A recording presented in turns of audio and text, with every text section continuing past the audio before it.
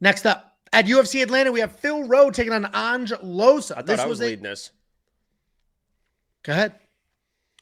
Next up in Atlanta, guys, we got Phil Rowe, 10-5, 3-2 in his last 5, taking on Ange Loosa, 10-4, 2-2-1 with that crazy situation with Brian Battle and that no contest decision there. This is a put together here. I'm not sure what you fucking laughing about. I'm sorry. Go ahead. No, go ahead. Let's explain to the people, because I fucking was killing that on a roll. No way you were going to mention something like that. I was laughing at how good it was. Yeah, I fucking bet. How hard is that dick right now? I would have passed out, because when that much blood flows south, excuse me, you get a little lightheaded. Excuse me.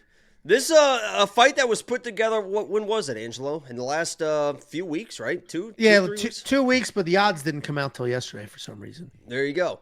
And this is going to be an interesting fight, because this is a clash of two different styles, in my opinion. Ange Loosa is a come forward, brute force type of guy, good power, but really wants to mix in the wrestling, especially in this matchup, I believe. Phil Rowe, former Lock of the Week, one of the greatest Lock of the Weeks of all time, one of the greatest Lock of the Week reactions. There's no doubt about that, against Nico Price. Nico was kind of touching this guy up. It looked like it was all gone.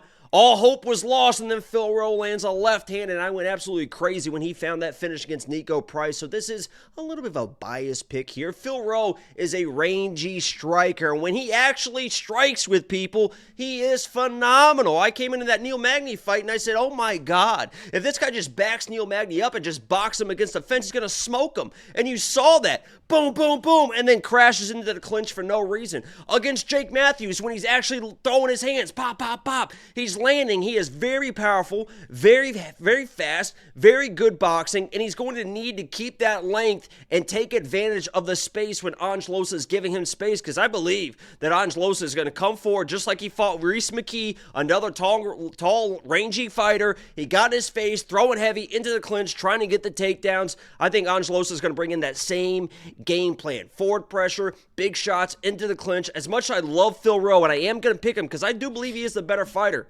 and he is going to be the more powerful fighter. He is going to be the more radiant. When he goes, he is so good. He's capable on the ground as well. He had a nice sweep against Jake Matthews after he got taken down.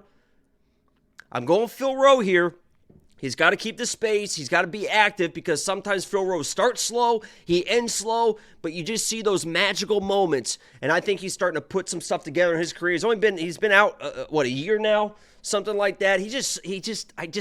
Sometimes I just see something in somebody. And I picked him as my Lock of the Week as an underdog. I like him in this matchup. I don't have a bet on him, because Ange Loosa is a fucking concrete head guy that will just keep plotting forward and keep getting those takedowns. So, Phil Rowe's going to be my pick here. No bet, but he's my boy, and I stick with my boys. I'm going Philly fresh.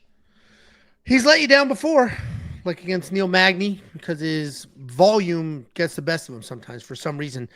I used to, in my notes, Jacob likes to talk about the script that I write. My script used to say, Phil Rowe is a long, rangy striker that puts up volume. I literally deleted the puts up volume part, because his last couple of fights, he has not put up volume. He's become a little more cautious than usual. He's taking his time for whatever reason. He's not just getting after it. He maintains range, because the dude's 6'3" at this weight class, but he does have a negative striking differential. He has hit, at this point in his career, the line has flipped. He gets hit more than he hits his opponents. Jacob mentioned he had a sweep against Jake Matthews, but he basically lost that fight because of that lack of volume. He had his total strike volume doubled. He's taking on Ange Loosa. Ange Loosa is the opposite. Kind of a high volume guy. He's got decent volume. He's got good enough power. He gets in your face. His chin is absolutely incredible. He pumps a jab like crazy. He'll throw kicks. You're reading the script again. You were supposed to put it away. I'm not reading the script. I'm just looking at highlights. Because I use numbers too. He has an 83% takedown defense. You seeing this shit? I am seeing. So that's why Jacob picked on that side. He's got an 83% takedown defense, a handful of takedowns, including 4 in his most recent fight. He just lost to Gabriel Bonfim, but 4 takedowns in that fight. Tells you Ange Loosa's got great game planning. He's got high fight IQ. He has a willingness to change it up in a fight to try to make it happen. So I think Ange Loosa wins this fight. I think he can win it with just sheer volume and good pressure. I think he can win it if he mixes in takedowns. And if he does mix in a takedown or two, it's going to take the already low volume Phil Rowe and freeze him up. And he's not going to know that. Am I going to commit to the strike? Is a takedown coming? I think he's just going to be frozen, stuck in mud. I think Ange Loosa wins this fight. I broke this fight down before there were What the hell happened odds. to Lazez? Manir Lazez. Well, his career took a nosedive.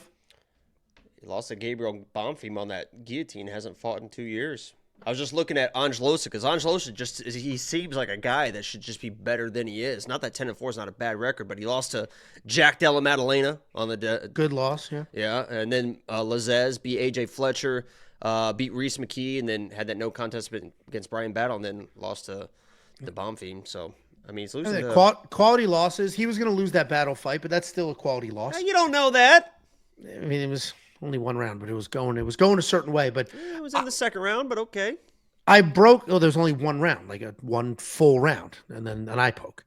Ange Loosa. Is that what the script says? Ange Loosa. I picked him before we had odds. I broke this fight down. I said if he's a dog, I'll definitely spend money on him. I expect him to be the favorite. And we had the best of both worlds. He opened as an underdog, now squarely the favorite. And I think this makes complete sense. I think it makes complete sense. I pick an Ange. Jake is picking Phil. I'm going to go with the volume guy that I know for 100% certainty can't be knocked out.